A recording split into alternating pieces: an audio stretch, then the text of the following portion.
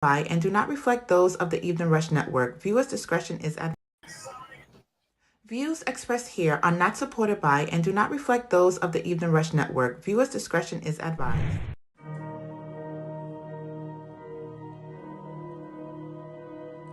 Yeah. David Park is on the Yeah, you know what it is. We the head honchos. The number one podcast of Rellz and Blacko. We hitting hard. We got the balls. We at the top. Whoa. Just tune in every Monday at 9 for your favorite show.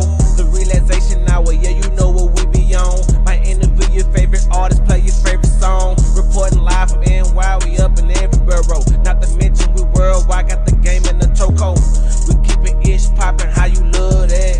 Forever at the top. How you love that? We the life of the party, how you love that? Showing love to the artists, get it right back. So light you up an L and just kick back. We bout to get it poppin', is you ready yet? This show is for the real ones and the pretty ladies. Can't forget about my riffos and the project babies. It's the Relaxation Hour. Ooh, it's the Relaxation Hour. Ooh, it's the Relaxation Hour. Ooh, it's the Relaxation Hour. Ooh.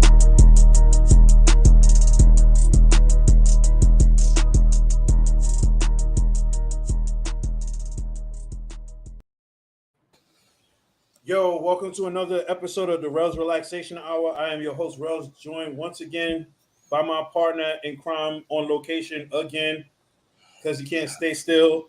Blacko, what's good, bro? I'm chilling, brother. Nah, my location's up to par, man. You know, it was a Rock the Bells weekend in Queens, you know. So it was good. It's shout out to the hip hop, and we're gonna be talking about hip hop today. So I had to bring it to the hip hop museum, man. You know, I had to show love to the museum.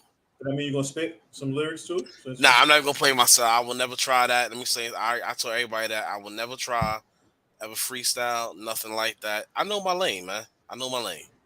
All right, I'm more behind the scenes, man. I hear you. How was your weekend? My weekend sucked. I was sick for the last 5 days, so those non-related COVID shit. I mean, I don't know what the fuck. I had something tried to take me out. I ain't gonna lie to y'all, but your boy's here, man. I'm here to talk to y'all, man. Feeling better? No, not really. Like no? Shit. Still? Nah, not really. I keep it a stack. Not really. What up, Mac? Oh yeah.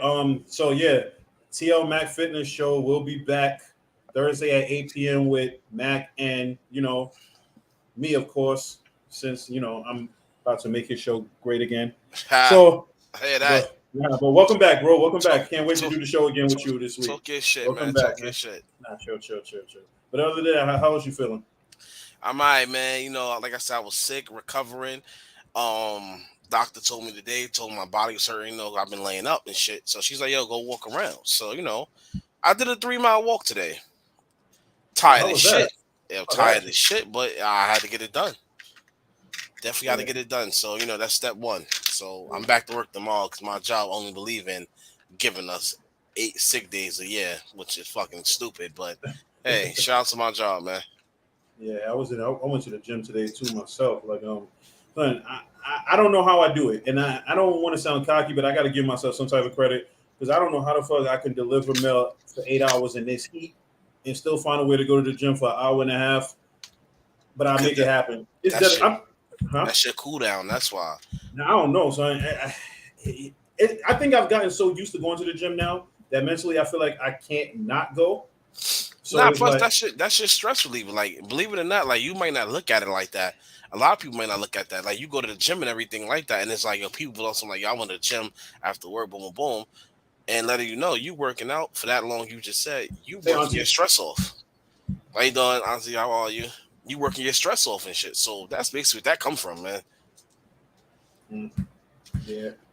But other than that, man, yeah, it felt good to actually get in there today. I got to sweat a lot, so it worked on top of the sweat that I already. So I think I probably lost about maybe 8 pounds today. Yo, listen, man, that's how I felt. I put the vest on today too. I was like, yo, you know what? Yeah, man, I'm trying to really get back. I need to really get back on my shit, man. I've seen the old picture of me that really had me like, yo, listen, it's only a couple of years ago, right? Yeah, get back on your shit. Bro, all it takes. I want to say all it takes is one day, man, to get you back in the groove. For me, like I'll miss weeks and then I'll go that one day and I'm like, now I gotta go and try to stay consistent. And I've been for the better half. I want to say what for the last. I want to say 3-4 months. I've probably been consistent. So See, nah, my problem is more so is my food intake. If I could cut that down, I'm good. I don't eat enough. I don't eat a lot as it is, which is not good. I'm supposed to eat as much as I work out, but I don't know. Well, we see you trying to bulk up. I'm trying to lose. I don't even know what I'm trying to do at this point. I just know I'm going to the gym. I just know I'm in the gym and it feels good to be there. But nah, you lost though. Last time, man, you worked out. I see the results in you though. I appreciate that. You made me feel good about my workout ethic. Listen, man. Listen, you doing. Keep it up, man. Keep it the good work. I'm trying to stay sexy for my lady. I don't need her to leave me. I go in the gym, bro. I do the first couple push-ups. I do the first couple like shoulder presses, and I'm like, this is all for her. I gotta stay sexy for her. I don't want her to tell her friends like, yo, this nigga slacking. This nigga looking fat now. I can't. Listen, man. Yeah. Everybody got their own type of gym motivation, right? That's how you got to look at it. Like, for me, I just do it, bro. Listen, yeah. now you got your, like you said, you got everybody do have their different shit. Me, I'm also go because it's fucked up when I'm about to say no disrespect to the big people out there, but when I see big people out there and they stomachs be hanging out their shirts and all that, I'm like, I can't be like that. I ain't gonna front. I feel the same way. I was like, I can't be like that, and that's crazy. That's crazy, and some people accept that shit. I can't do it. Me mentally, I feel like I'm about 285 pounds. Mentally, that's it. Shit. Yeah, but mentally for me, and then sometimes I have to realize I'm not. Like, I don't even know how much I am. The last time I weighed myself was a couple of months ago. I was like 226. I wish. You hear me? I wish. I think the heaviest I ever been was like 236, and I was just like, no, like I don't like this. Like heaviest I was 340. Bro, understand. I'm like, I'm hovering around right now that I want to say 228, 220 mark, hovering between maybe around somewhere higher, somewhere lower. But bro, when I was in 8th grade, I was 232 pounds in 8th grade. Think about that. Like, so it's like my weight has pretty much stayed almost on the same. But that's good though. Yeah, that's good though. My shit lit, man. Listen, man. Shout outs to me working in restaurants. Shout out to me making my own money. I could buy unnecessary shit I don't need. Now, now I understand why parents wasn't buying us that much shit when we was younger. And they lied to us too. Make sure you eat all your food, be big and strong. Now look at me, fat bastard. That's where trust issues started. That's where your trust issues started. See, I can understand how you feel the way you feel. Horrible. But it's all right though. I'm gonna get right, because you are. If my son stick to it, he gonna work out with me. So I'm gonna have my 11-year-old work out in the gym with me. We'll see. Yeah, you got it, bro. Though. Yeah. Because I listen. All I just need to walk. If I walk, cut my food intake out, I'm good. At least we still got our Sundays. Yeah. At least we still got that. So. You talking about my week? What's up with yours? How was yours, man? I seen you in the studio this week, man. Bro, I was exhausted. Yo, I left my girl's house Saturday morning at 7:30, right? Went to work. Now, mind you, we still talking about this blustering heat, this humidity. Worked to about, I want to say I knocked my route out early. So I left about, I want to say 2. I think it was like 2:15, somewhere around there. Got to her house. She made me an amazing meal. I destroyed it. And then I took a shower. And then it was right back out to the studio. And then I didn't leave the studio till 1 o'clock. I didn't get home till about 2:30. Let me say something. Now, Pete. Get somebody in the studio 1 o'clock. Yo, I'm in the studio till 1, 2 o'clock in the morning. Album's getting done. You hear me? 1 to 2 o'clock. Got home at 2:45. Watched TV till like 4 because Fat Boy and me had to stop at White Castle to get something to eat on the way home, right? That's weekends. It's mandatory. Yeah. So went to sleep at 4. Got up about 9 because I had to do laundry. Did laundry. Got that out the way. Came back upstairs. Ate something. Told myself I'm gonna take a quick shower before I go to the gym. My body was like, nah, you need to take a nap. So I took a nap till about 3 o'clock and still found my way to the gym by 3:30. So yeah, my weekend was pretty busy. But And I slept like a what's baby supposed last night.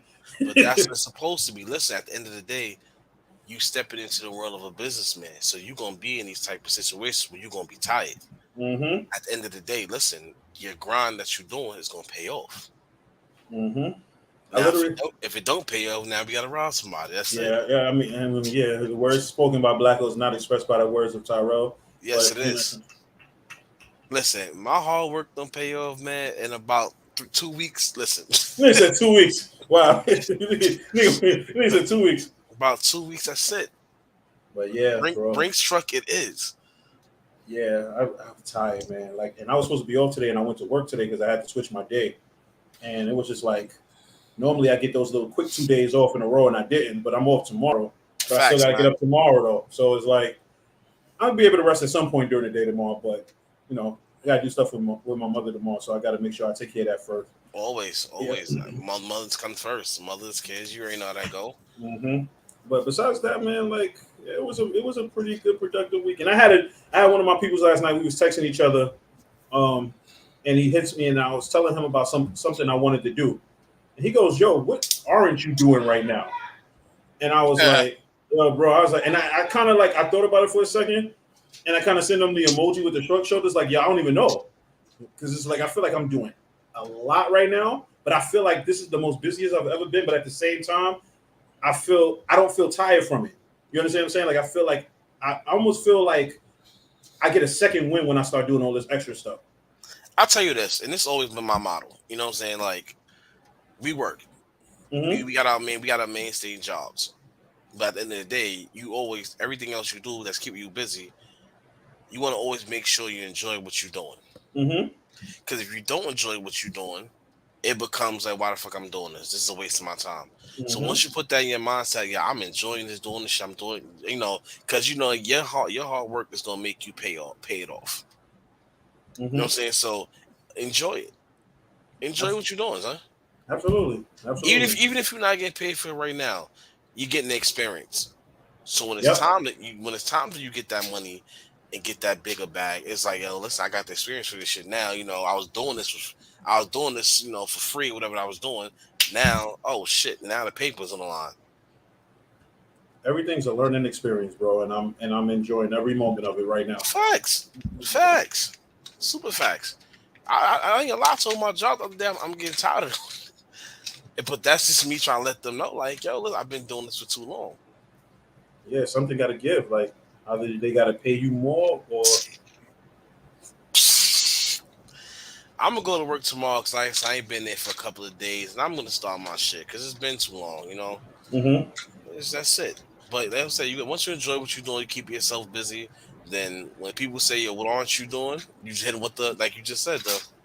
Mm-hmm. That's it, plain and simple. Absolutely.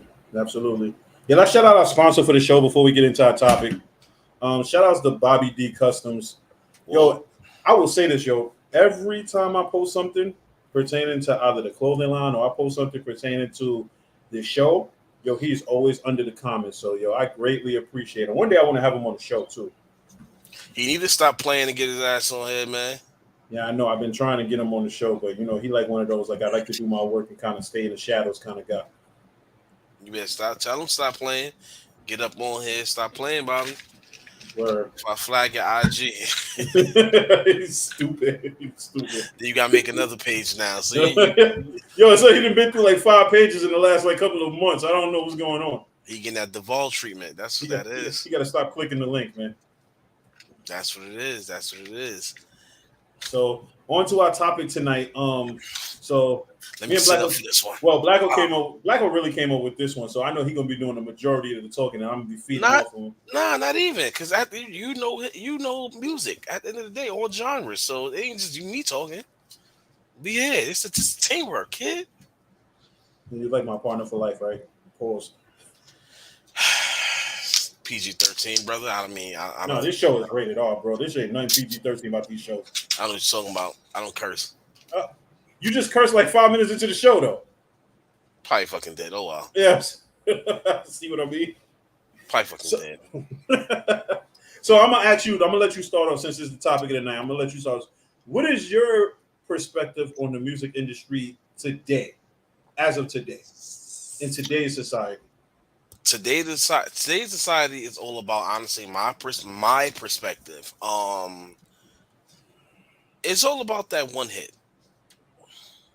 It's all about that one hit and that one hit and quick buck. And a lot of people don't. I know a lot of people like, what the hell does he mean? It means you have a lot of artists out here who literally they get put on just by that one single.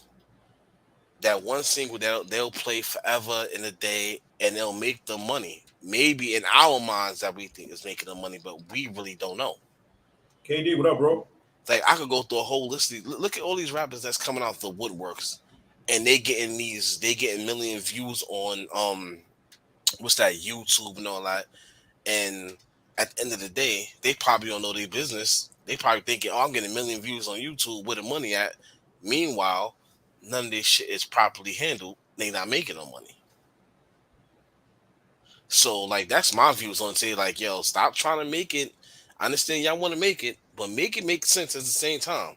Because I'm Mm-hmm. not trying to buy your music for one song that had me like, oh shit, okay.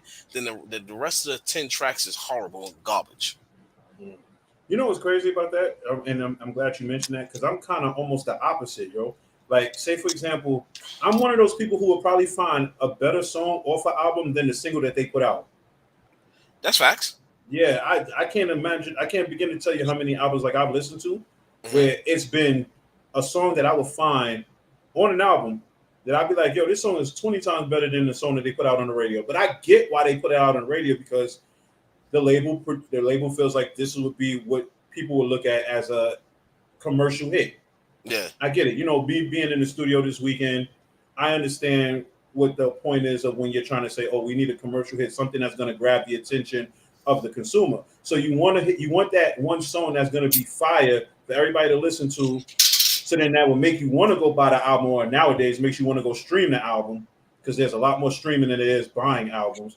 Um, so I totally understand. See, Don said it. That's what they want, commercial hits. See, and this is where it gets tricky because I get where he's coming from, but me as a consumer, I'd rather hear. Okay, so for me, an R&B as somebody who loves R&B, right? You know this. hmm I more into a nice slow jam than I would be a up tempo R&B song. So yeah, let's just say for example, Chris Brown. I'll give you a perfect example. Chris Brown, right? Chris Brown got his he got a song called, I guess his single that came out was like Warm Embrace. And it's a song, it's a fire song. I like it. But when I listen to his album, there's a song on his album that I listen to more than I ever listened to Warm Embrace. You understand what I'm saying? It's because for one, it's a slow jam. Two, it relates to me as the consumer of what I like to listen to. So it's a double-edged sword in terms of like what it is that you're looking for as a consumer as opposed to what the label feels like you should put out. Because I wonder, like in industry wise, I wonder how many artists want to put out a certain song and the industry is like no, or the label is like no, we think this song will be a better song, and they have to go with that. bro. There's a lot of artists out there like that. You know who's known for that too? They give you good songs that they don't make commercial hits. Kanye West is known for that. Mm-hmm. Two albums, two of my favorite songs Kanye made, and there's probably more, but these are two that's off my head. His first album, College Dropout. Mm-hmm. Everybody know his major hits was the shit with Twister.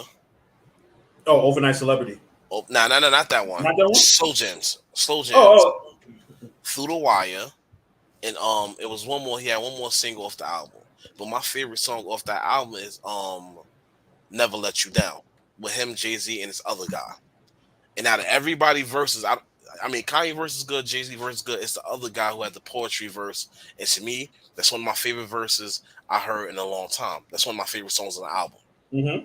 So that's the song right there. And I'm one of those is I need to hear, for me to buy your album, I need to hear at least 3 tracks, 3 to 4 tracks to have me like, okay, I like this. I Mm-hmm. like to hear this. Mm-hmm. Now, my other favorite Kanye song now is called Saint Pablo. Like that Life of Pablo album. When it first came out, couldn't stand it. Didn't understand it. I was like, where's he going with this? It's not the same Kanye I was listening to with College Dropout, Late Registration, Graduation. Mm-hmm. Not the same one. I sat down, I finally heard it. Oh shit, this man here is spinning. Mm-hmm. So now he has two songs on that album that wasn't singles. Saint Pablo and the shit with Kendrick. No More Parties in LA. Mm-hmm. You listen to them tracks, that's Kanye, some of Kanye's best verses he spit. And he's speaking truth on that. Okay, let me ask you a question. What when it comes to music, right? Like, or when it comes to a song, what are you more Hold on, into? my bad. It wasn't Gold Digger Dawn. That's on Late Registration. The one you talking about, it was Workout Plan. Not Gold Digger was on the other second album.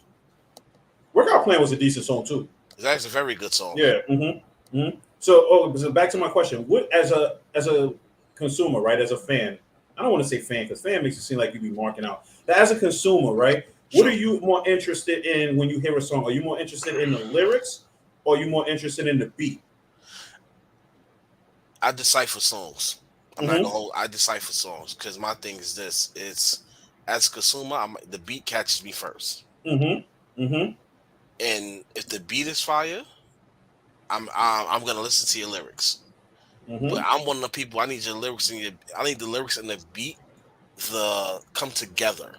Mm-hmm. I'm not one of those who want to hear you rhyming with beat. You just rhyming. Anybody can do that. I could probably get in the booth and do that. But I need your lyrics and the beat to really become as one to make that magic. I guess I guess that comes from me actually. Like I've been telling you for long. I've been studying the music game, and that's like you take somebody in the studio. Like for instance, you was in the studio this weekend. Mm-hmm. Now, even though using the studio as an executive, you also you got to put your even as an executive, you got to put your mind in the consumer's role. Mm-hmm. I'm listening to these songs. All right, is this gonna hit? I need these vocals and this fucking beat and melody to come together. That's how you make the perfect song. Mm-hmm. You know what I'm saying? So that's me. That's the type of person I am. Mm-hmm. Cause I ain't get from it be some trash songs. I'd be like, yo, they spit fire. That's why honestly, I'm not gonna hold you. I'm not a big that's why Nas don't catch me. Mm. And Nas is a fucking He's a Nas. lyricist genius. That's the Exactly. God MC. Mm-hmm. That's the other God MC. But Nas beat selection sometimes be not 80% of the time be horrible. Mm-hmm. But now fast forward from I Am and down, I Am, it was written to his first album. I could relate to all those. Them beats is what he was going through. The Mm-hmm. griminess and all that other shit. And so we Mm-hmm. go. Same thing with Mobb Deep. They beats match they lyrics. So it's like I meet a consumer. I'm like, damn, I can feel this shit. I can feel it. It's all about. It's honestly some rappers they don't have gimmicks. They don't have gimmicks themselves, but they lyrics do. And a lot of people don't get that. Like Mobb Deep lyrics was based like they between Hello Nerf and Murder Music. Mm-hmm. That was that whole Scarface gimmick. You listen to the album, a lot of beats is mimic off the whole Scarface shit. That was their gimmick, and that's why they dope some dope albums they make. Mm-hmm.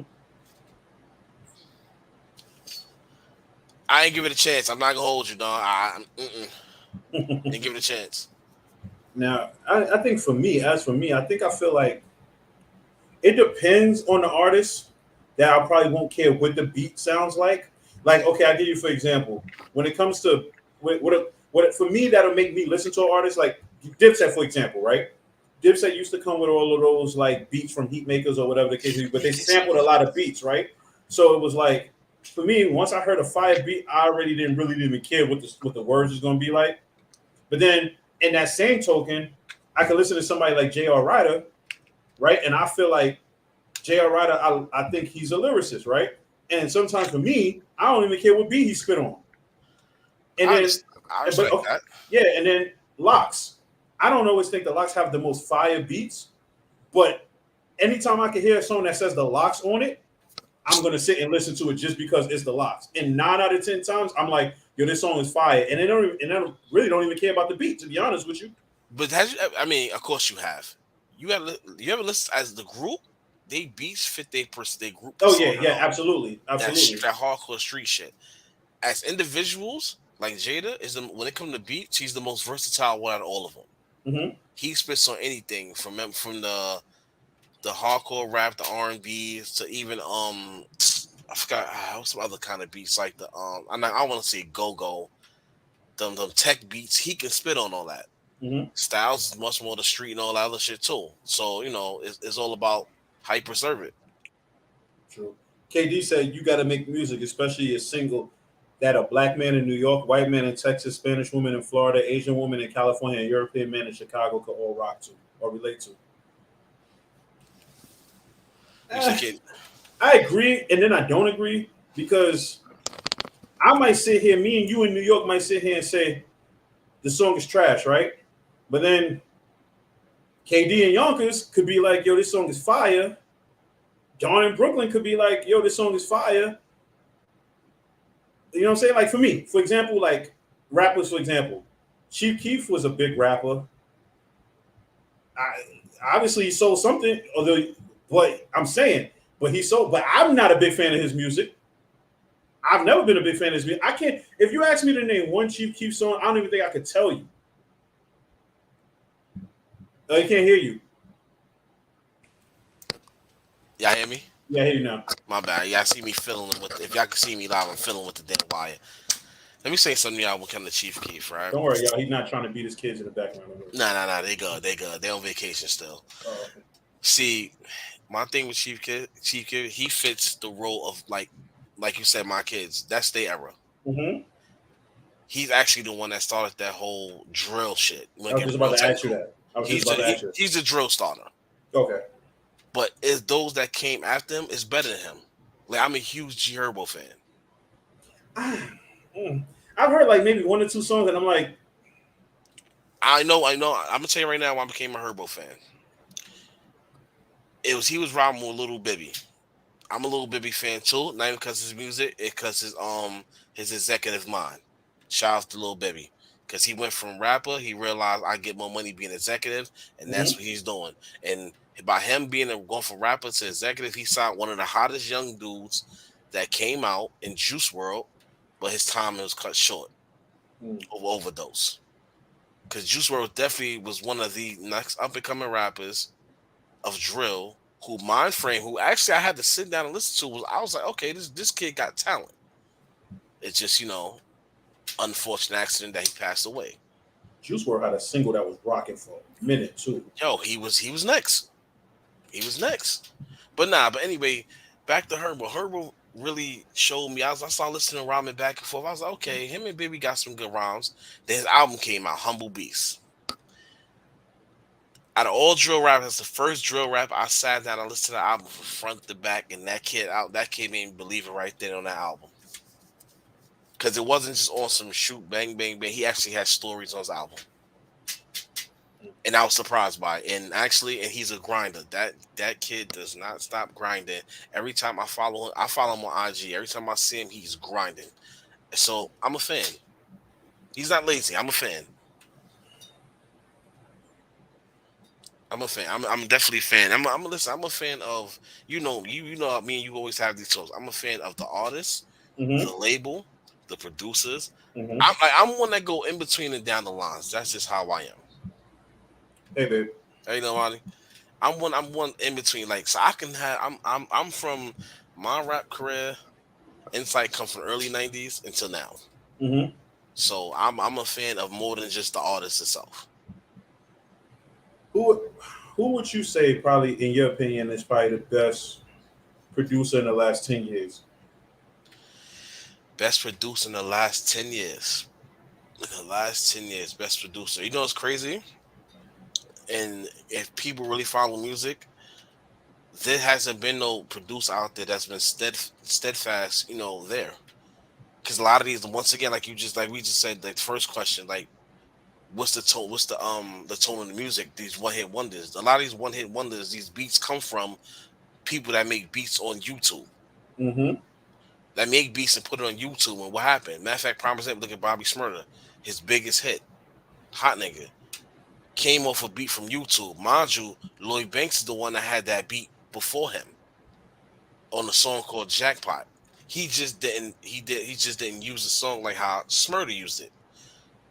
Smurder turned a freestyle into a song that they play in the clubs like crazy, to the point Lloyd Banks can't even put out Jackpot right now without somebody saying, "Yo, you biting." Mind you, he came out first. That song's still fire to this day. That song And still got people in the club dancing to this day. exactly. Matter of fact, another prime example of one hit. Bobby Smurder made Hot Nigga. Riley Rebel came out with Computers. Yeah, yeah. I forgot about that. Two of the biggest songs of the last decade. Two of the biggest songs of the last decade. That you play that song from grown men to kids down. That shit came on. Everybody's getting the jamming. Everybody's getting the jamming. I'm gonna ask you a question too, since we're on this whole music thing, right? What is, in your opinion, what is the most popular most popular down south song that you probably might still hear today? Bro, honestly, that's a you came in chill. What South actually? You want to get real? What South? Houston, LETL, Florida. Which one? That's a good question. Which one? I that's a good question. I know for me, the answer would be probably "Nuck If You Buck" because that song still plays everywhere. Between that and "Swag Surf," those are probably like the two of the most popular down south songs that still play up here to this day. Let me say something to you, bro. And this is real shit. That just made me really think about it just now. The number one and number two, in my opinion, Oh, back that down ass up south. too. You're right. That's number two. Luke's "Do the Brown" will always be number one down south song. I gotta say, back that ass up got to be a close second though, It is. It is. That's what I said. That's number one, number two. because I think "Back That Ass Up" would make anybody twerk anywhere at any time. But think about it. Luke, when that song came out, almost 40 to damn near 30 years now, That's crazy, right? That's still crazy. playing. That's crazy. And that's another thing. Look at, matter of fact, promise that we talk about albums. Look at Juvenile album. When Back That Ass came up, the funny shit about it is that was to him, that was his weakest single. But they wanted a party song on the radio. Universal wanted a party song on the radio, so he threw that out there.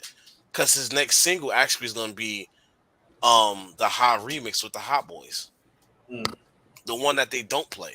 Because they only play the one with Jay-Z. But Yeah. a lot of people don't know, on 400 Degrees, track number either 10 or 11, they got the Hot Boys Hot remix. And that shit is straight gutter. Listen, bro, I've learned that a certain song that might get played up here might get played down there, but would be a whole different set of artists. I give you a perfect example. Beamer, Benz, and Bentley up here got the remix with I think it's Lloyd, Fabulous, and I can't remember the other artists on it. Jadakiss, is it Jadakiss? Jewels. Jewel.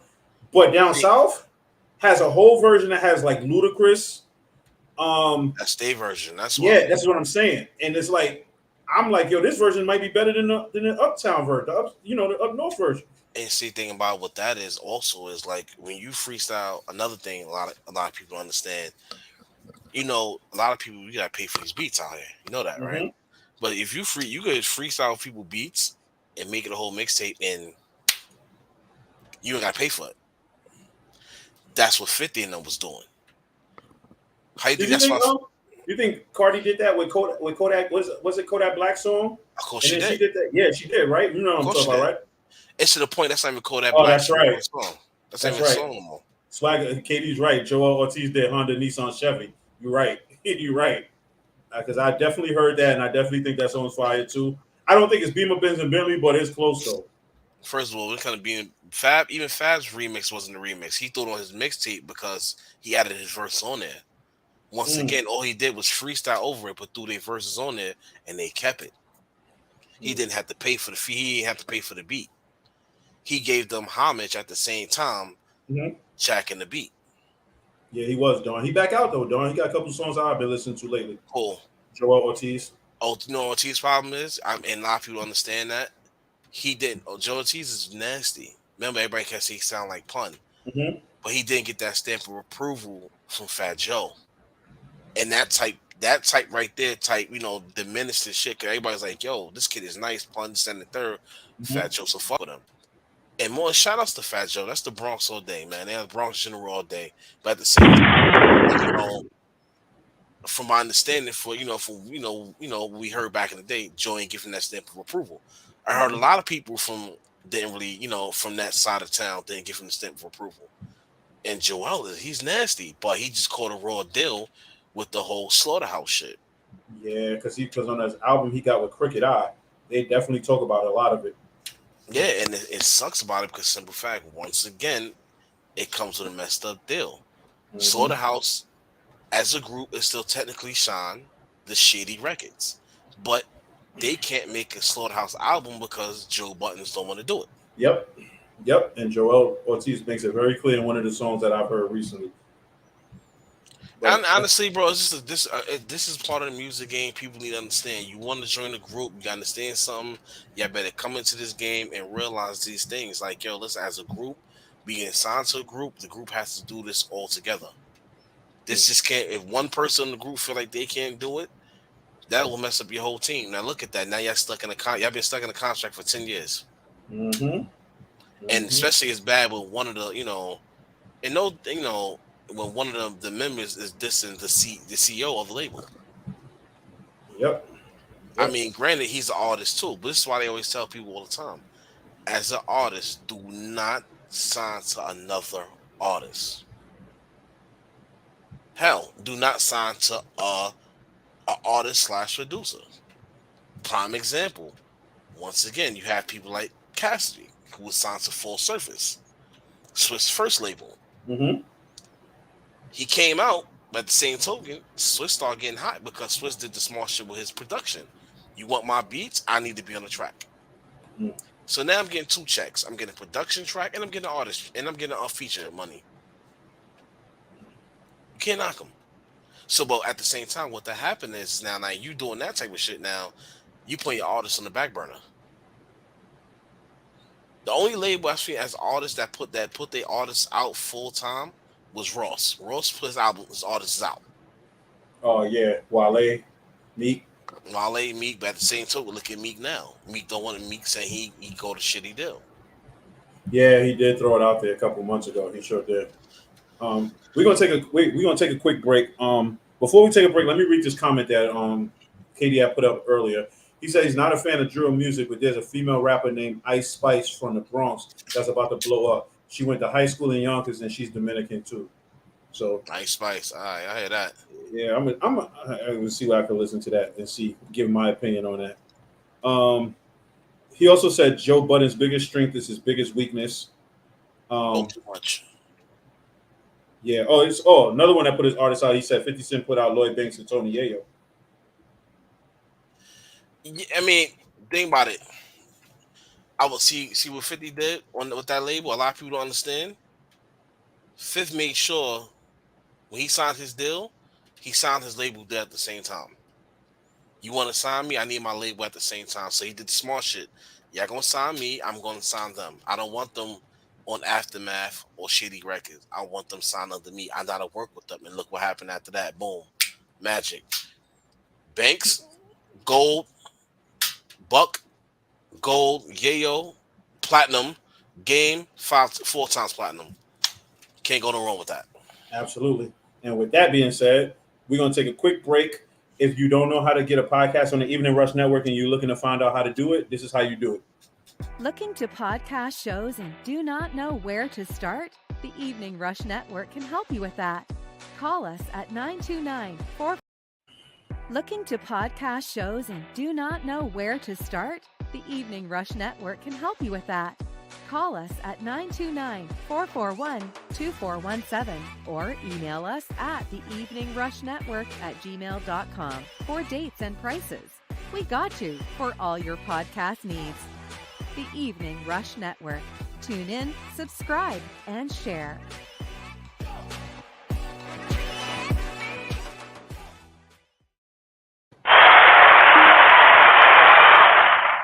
Yo, we're back. Well, I'm back. My co-host had to take a little break for a few minutes. So, where's my producer of the show? Are you coming on for a second? But KD also said too, Lil Wayne put out Drake and Nicki Minaj. He did too. And he made a lot of money off of them. Can't even be mad at him. So we was gonna talk about. Well, I'll talk about this until Black will come back. So we was gonna talk about the situation that happened on Drink Champs with Irv Gotti and the whole Ashanti situation. I feel like, and I'm sure my co-host will give me an opinion when he get back. I like the interview. I felt like the interview was enlightening in a lot of ways, and it showed the creative genius that Irv Gotti is. But it also, to me, showed that this man. Oh, there you go. I was just talking about the. I was just bringing up the whole Irv Gotti interview. All right. So before you say that, I was just gonna say, I felt like me and you discussed, it showed that he had he's a creative genius, but I also felt like it also showed like he's still bitter about certain situations, mainly Ashanti. And listening to a lot of radio stations too, and then listening to certain things too, and especially listening to the whole Fat Joe thing today too, he did kind of come off kind of corny towards it. Here's my thing with Irv Gotti, right? And here's the shit with Irv Gotti, and people said this before. Irv, I met Irv. I met Irv Gotti one time back in the day. So in my sense, and since that day, I never really fuck about him. Like he gave me like, you go to say with somebody, they give you like that gangster persona for no reason. Mm-hmm. Ever since that day, I told myself, yeah, fuck him. Oh. Mind you, ever since that day, I had plenty of opportunities to go to the studio, meet him, because my bro Kyle. Yeah. His cousin actually was working with Murder Inc. And it's like literally he was there, all the videos he's been there and everything. So it's not like, we couldn't go there. I just, I didn't care. It only takes one time you run me the wrong way, I'm good. Unless it's by accident, I might coach you on the wrong day. You know what I'm saying? It's shit like that happens. But anyway, my shit with Irv Gotti is, and people always say Irv Gotti think he's Suge Knight. Because if you don't know about Suge Knight's also still bitter towards his artists that left his label as well.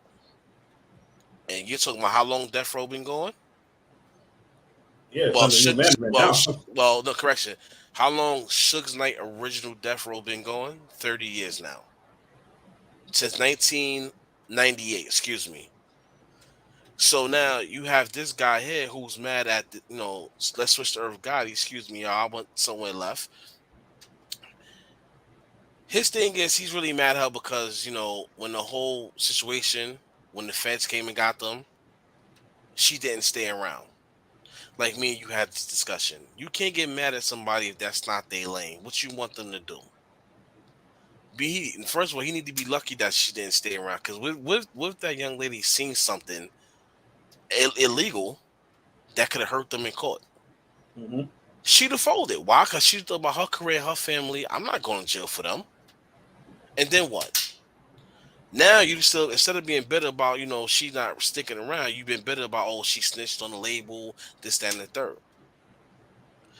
So you can't get mad that she moved on. Now that's one. Then two, you mad because, which I can understand this as a producer, as an owner, I can understand this. You want to remaster, you want to redo your first album, your first two albums, so you can make all the money. But as an artist, which a lot of people need to understand, especially in this music game, you cannot redo an album and still think you're gonna get you ain't gotta come to the owner who own your masters and your publishing for clearance. So at the end of the day, like, yo, Irv, I'm quite sure you might not watch this at all. If somebody do watch it for you, they might tell you, yo, you already won. You own Shorty Masters and Publishing. You ain't got to be this bitter, bro. And that's just my thing. That's just me personally. And then, talking about you need to stop drinking. Honestly, that's what talking about their personal relationship too, like, and talking about it so much. It was like, bro, that was like 8 relationships. Okay, so the funny part, right? He'll constantly talk about their relationship, but then when Nori was like, yo, are you bitter or do you want that old thing back? Nah, I got bitches that are better looking than her. Bro, how many times do we hear these from the hood say that same thing when these be like, yo, you miss Shorty, blah, blah, stop lying. First thing they do, yo, nah, my new chick is way better looking than her, or I got chicks that are way better than her. Yeah, Like, let me come say on, something to you, bro. I'm be very real about this. you came off sounding real hurt. I watch a lot of former label owners, current label owners. I watched them. You know me. I studied the game. Irv Gotti, he did something very special with that Murder Inc. label. Can never take that from him. And even before Murder Inc. label, even when he had Murder Inc. label, he was still out there producing for other artists. He Mm-hmm. gave Jay-Z big hits, DMX big hits, and come to find out, some of the hits that he take credit for, he didn't do it. So I watched something recently, and another guy's like, "Nah, that was me." They just put Irv name on it because he added like a drum to it, Mm-hmm. which is crazy. Which I didn't know you could do that, but the more you learn, hey, there you go. Anyway, it's like Irv been quiet over the years, except for if somebody asks him about 50 Cent or if he's drinking. Irv been very quiet until he sold till he got that bread. Now he's back on top because remember when Murder Inc. went down, it wasn't relevance there. Job was doing his thing, Ashanti doing their thing, but when it came to Irv wasn't. If he was still producing, hey, cool, more power to him. But his name wasn't there. Now he got that deal where he sold was another thing. A lot of them people don't understand what happened. He's a lot of the masters that he owned and the publishings, he sold to a billionaire who had money to play with. Yeah, that's So exactly what it was. a lot of these artists who want their masters don't have to go to Irv. Irv is just the middleman to go to the real men who own their publishing and masters. So, real technically speaking, Ashanti don't have to deal with Irv no more. She goes straight to the man who own it. Irv got $250 million for that deal. And also, he got $300 million credit line for his movie deal. So now Irv he's back in that seat. He's back in that creative seat. So of course he's gonna talk his shit. He's gonna feel himself. But at the end of the day, listen, man, that's just that. I'll say this. I hope people they get their shit together because what they did, they made a lot of magic. It just sucks that you see, former people that work together turn enemies, especially when the other party don't say anything about that person. Well, we've seen that in the music industry quite often. We've seen it Right. happen with Jay and Dame. And it happened with Dipset a couple of times. Like if you And be honest. once again, it's our perspective. Now we talking about perspective. See the Jay and Dame thing, we can only assume. We don't know what happened. Only people that know really what happened is Jay-Z, as Mhm. Mr. S. Doc Carter himself. Only he know. Because even when people ask Dame what happened, he gonna have his perspective Mhm. of what he think happens. But at the same token, think about it. They interview when it came to that whole Rockefeller, one of the greatest fucking labels. Like I tell you, like I wish I was around. I wish I could run a label like how they ran Rockefeller, but times is different. Can't run it the same way. But anyway, when you ask everybody from the artists to even exactly what happened, why you think Jay Z left Rockefeller, nobody has an answer. No one has an answer. Only everybody got their own perspective of what they think was happening. Is money? Is this? Is women? That and third. Only person who never opened his mouth and say, "Yeah, I left the rock because whatever I left it for," was Jay Z. In my perspective, and what I think what happened why he left is simple fact is he wanted to elevate. Mhm. You got a team behind you, and people be like, oh, he left his team. You want to get real technical? He didn't leave his team. He took his best friend Tata, who always been down with the Rock since day one. He's now executive at Rock Nation. He's making millions a year. He took Bleak, who now is a part owner of Duce.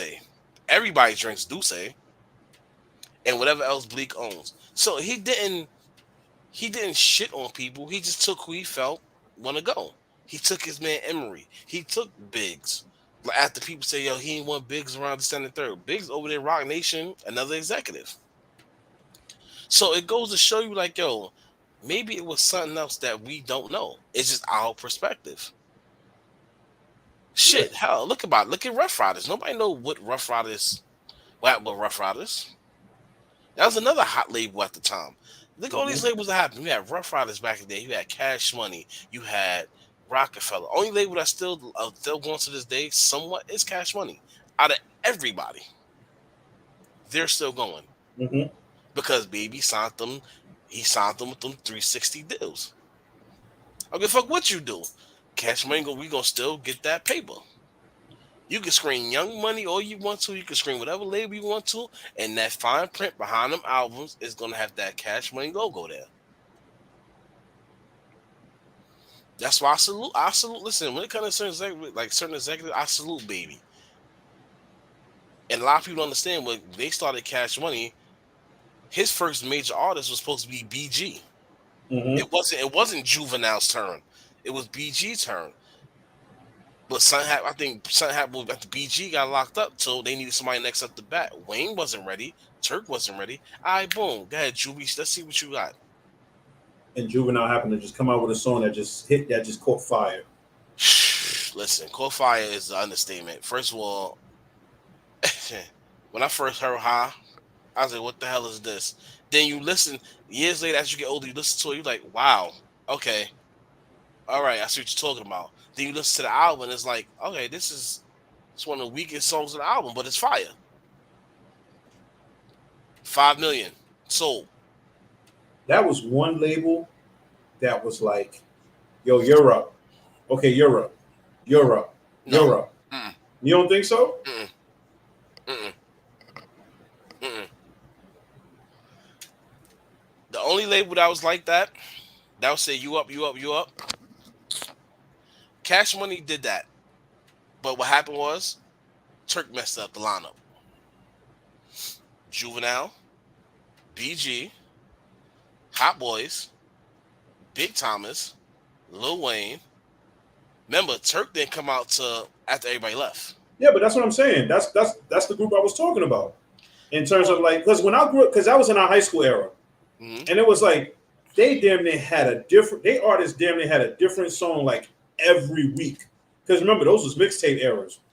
And those were CD eras. So it was like Juvenile. Well, you can't shit on Master P. No. Now I was gonna go with No Limit too. Because you had him, and I hate to say it, you had Silk the Shocker too. You had Mystical, you had C Murder. Mystical was not on a label though. A lot of people. That's the funny part. Mystical he used No Limit as a figurehead. See what Master P did, which is one of the smartest business moves a CEO can do. You own a label. You got 5 top stars. Mm-hmm. Now, you got 5 top stars. What you can do now, you own 80% of the label now. The company that distributing your shit, they got 20%. Now, what you want to do, you want to get your artist hot and fire besides the singles y'all putting out together. All right, cool. I'm going to sign little dudes from the block. Mm-hmm. That's who out here selling 50,000 records out their car. If you can sell 50,000 records out your car, all right, let me see what I can do when I put you on this label, put you in these magazines, and put big stars on your album. All right, cool. Who's next? Silk, you up next? All right, you're going to do 5 tracks on this album. Boom. If people want to hear this song, what they're going to do, they're going to hear, even though they're hearing the artist, they're hearing Silk the Shocker on the album 5 times. So when Silk album come out, everybody's ready. So that same people that was selling, buying 50,000 out the trunk, turned to 100,000 on No Limit. Now when Silk come out, he's going platinum. He got the underground fans now, the mainstream fans. And I'm not knocking the Silk the Shocker. He was rhyme off beat, but Silk had a buzz. Yeah. Silk was the Joel Santana at that time frame. Silk was the first rapper to rhyme off the beat. I think the second one that I ever knows was Jim Jones. He still does that. Yeah, exactly. But I always feel like Silk the Shocker was that one. Now let me ask you a question. Do you think what East Coast group? I think I know what you're going to answer this answer, but what East Coast label had artists that was up next constantly, like let's just say like a No Limit or like a Cash Money? Up next constantly? Yeah. From when? Any throughout just I would say probably in that era. Who had people up next? You had a couple though. You gotta think about it. You had a couple. You had rough. At one point, you had Rough Riders. I forgot about Rough Riders. I didn't even put them in the equation. Come on, you got to. It's No, done. but I didn't think about it. I'm gonna see if the other one you was thinking. If I was thinking what You you had was thinking. You had Rough Riders. I won't say them one's name is no top five nothing like that. Mhm. You had Rough Riders. You had you had Rockefeller before they start adding state property. Mhm. You had Wu Tang, of course. Mhm. Um are we talking groups or are we talking labels? Labels. Of course, Def Jam. You have to put Bad Boy in that, right? You know what's funny? Yes and no. Because remember when Bad Boy came out. I mean, remember when Bad Boy is big, Puff, Mace, Mace, the Locks. Black Rob. Later, that came later. He came later on.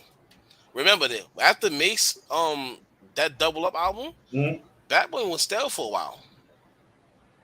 It was stale for a while. So you had now they had to do the whole regroup. Remember when Double Up came out, Mace bounced. So now they had the whole gap. What we gonna do? Puff started making whatever music he started making. Then you had the Mark Curry dude. Shine. Shine came after Mark. Yeah, you had Shine, you had Mark Curry, you had Black Rob. Um, you had the Total 112. Danity Kane. Yeah, we got Total 112. Yeah, I forgot they signed them. Yeah, you're right. So it's just like, yeah, you had Bad Boy, but at the same token, you gotta understand something. Was they signed to Bad Boy, or was they part of just they needed that figurehead? I don't. From my knowledge, I would like to say they were signed to it because they had that Bad Boy logo on the CD. But it's just like a lot of artists, though. A lot of artists was like we think they signed to G. Like for instance, Game was never officially signed to G Unit. Mm. Game was signed to Aftermath. But what happened was he couldn't rhyme his ass off. Game's one of my favorite artists, hands down. But thing about it is he couldn't make an album. Katie's stupid. Yeah, Dylon. Dumb people too. Yep. So Game couldn't make an album. Fifth helped make album. Boom. All right, well, I need production credit now. All right, cool. We just slap him with the G Unit tag on it. That's all that is.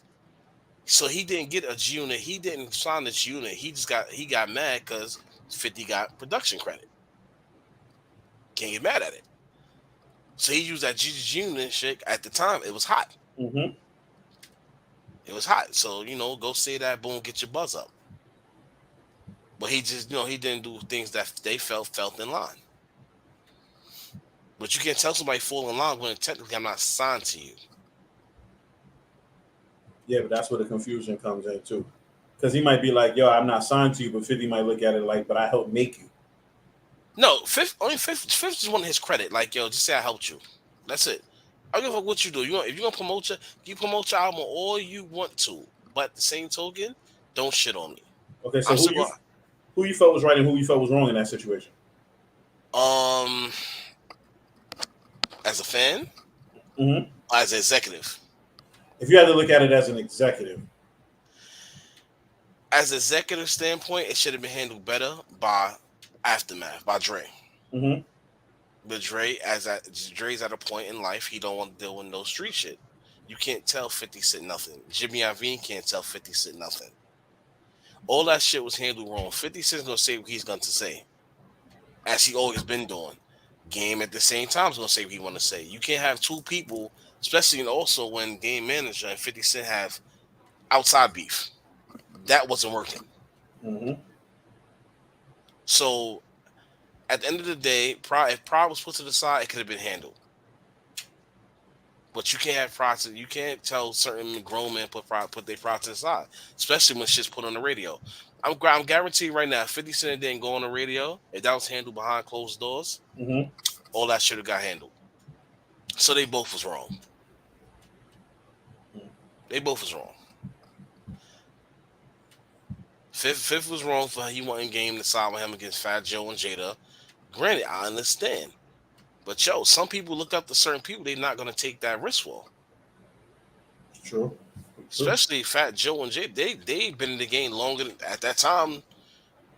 They just getting their OG status in the game. Look Hmm. at Fat Joe now. Fat Joe's a say so in this game. Some people need that Fat Joe stamp of approval nowadays in this game. True. Jada as well. If Jada come like this kick, spit, stand it, boom, boom, stamp of approval. And that takes you places. They do. Fifth now is on the executive side on TV time. So if somebody in the rap game, this kid is hot, this and that, third, nobody gonna take Fifth word for it. Because why? After the original G Unit, look what happened. All the people he had flopped. The Yep. kids, the Spider Lokes, the who the other kid he had? He had somebody else there for the Hot Rods and all that. Nobody's gonna take his word when it comes to artistry. Business wise, TV, they gonna listen to him on that. So when it comes to rap, Jada and Fat Joe is stamps of approval. Oh yeah, and Nas as well. So KD said Fat Joe is top 5 most powerful rappers when it comes to connections. Fat Joe been in the game since 1992. And at the end of the day, Fat Joe don't have no blemishes on his name when it That's comes true. to this rap game. Hmm. Only person he had a phone. I mean, look, he had a phone out with his Terror Squad and crew, and look what happened. They back together, except for Cuban Link, because that became personal. Yeah. I can't never see that coming in. I can never see It's that. not. Once you cut me, it's over. Once you Yeah. get me cut, it's over. Yep. Yep. Once So you get me cut, it's over. You can't never tell me, on that type of shit. so we approaching the hour time. So I'm gonna leave you with this last question. In your opinion, where do you see the music industry going forward? Um, what the music industry is missing that love back. There's no love in the music game no more. Everybody's chasing. This is my personal opinion. Everybody's chasing the quick dollar. Nobody's chasing the what got us here in the first place. The love of music. Hmm. Think about all the musicians from back in the day into now. Look at it from the Chuck Berrys, even to the Elvises, the fucking the Howlin' Wolves. All them guys that passionate in music from the 50s, the 60s, the 70s, the 80s, and even 90s when we had the hardcore rap. Even though some of them was lying, it was still passionate what they were saying. It was believable. Hmm. Now we in the music game to where this is disrespectful music. To the point R&B is getting overlooked. Remember back in the think about it. You could have 90s, you could have your rap, all that. Everybody enjoyed rap music, but that R&B is where it was at. Hmm. Now you barely have R&B. If you do got R&B artists, they get overlooked because everybody want to hear drill rap. Exactly. Exactly. I love this. Don't get it twisted. I love seeing people dance. But at the same token, it's like let's keep it less disrespectful and more enjoyable. Rap is not enjoyable. Yes, the dancing is fun and enjoyable, but at the same token, the lyrics come with disrespect. And Hmm. disrespect, and you got these labels out here that's paying, that's financing this disrespect. Instead of telling these artists like, listen, you want to make this money, that's fine. But at the same token, let's make the feel good. You want to make drill rap, make the drill rap, but make it feel good. Let's not Hmm. make it disrespectful to the point where it's gonna wind up getting you killed. Look how many artists has died in the last 2 years. Young people, because they Absolutely. because they on the IG live. I move my op. Everybody got an op. Everybody. And they think that shit is fashionable. Why? Because it's in the drill rap. Drill rap make it having opposition fashionable. Hmm. I'm sorry, I'm 37 years old. I don't need no op. I don't fucking want to walk around looking over my shoulder. I'm good. Hmm. So that's the message to you artists out there. Y'all need to really cut it out. Like bring your feel good music. You could do what they do when you drill rap, but make sure like have it a certain way. And Yep. that's what they were saying about how these labels have insurance policies on these artists. You die, I'm gonna get that check. And that already feels like you're putting a death sentence on somebody's life already. Honestly, bro, you think about it, is they're not wrong. Why? Because most of these labels is definitely giving out that what we call that again? Them loans on Yeah. these artists. Hmm. They're gonna get their money back some way, somehow. Yep. I just gave you an advance for $1 million. You drop a song, you wind up getting fucking killed. How am I getting my money back? And that's where the That's insurance comes that's in. that's what they thinking. Yep. And also, before we go too, because we definitely, over the time, we definitely are getting back in the era where a lot of artists do not want to be independent. And that's it, whoever artists y'all out there, y'all listening.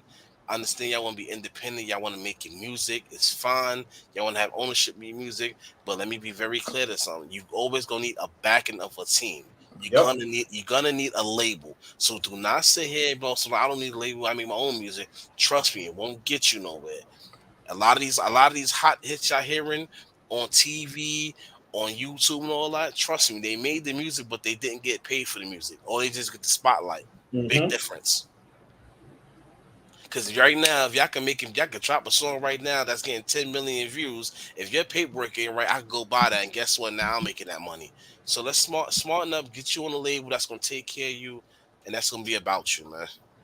And that's the best thing to lead into the end of the show and to lead in to the big announcement that we have tonight before we close out the show.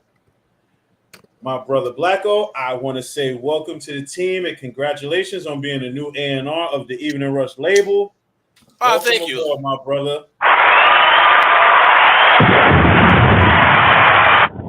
I feel so appreciated. Thank you, guys. Yeah, no problem, man. I picked that picture out too. I had to make sure we had the right one for you. I was gonna cry, but I'm a real nigga. Real nigga.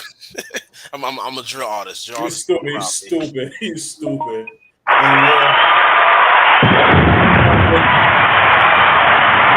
And with that man taking over what was my title as the A&R of the label, I am now the new VP of the Evening Rush label. Yes, there we go. It's gonna be a good year, man. Listen, man, it's all about, like I said, this is something, music wise, like I told you before, I try to get in the music game since I was 17 years old. Now here's my opportunity to walk that line. Let's do what it do. Congratulations, my brother, once again. Congratulations, you too. Shit, VP, that's a hell of a good title. Yeah, it seems to be the only title I'm good for, right? I didn't even think about that. So hold up, you VP to your dog. Hold up, yo, boss, we gotta talk about something now. Hold up, we got to fix the Reagan then. But nah, definitely, man. Definitely, man. We definitely gonna have fun. Katie, appreciate that, bro. But we gonna definitely have fun on this, man. Like hard work, and it's something. It's a lot of talent out there that definitely need the guidance and all that shit. So, listen, it's all about what we do. It's definitely all about what we do and shit. That's right. Molly, thank you. We only gonna get better from here now, man. Of course. And with that being said, thank you everybody for tuning in tonight. We'll see you next week. Have a good night, y'all. Before we go, though, hold on. We might have a part 2 to this conversation, being that we in the game fully now. So you might have a part 2 to this whole conversation. Oh, there'll be a part 2. It's definitely soon. Y'all might hear something else. It might be a bottle involved. Like, listen, fuck the music game. These artists, I'm sick of them. You're stupid. And on that note, y'all have a good night, y'all. Everybody enjoy your night. All right, y'all.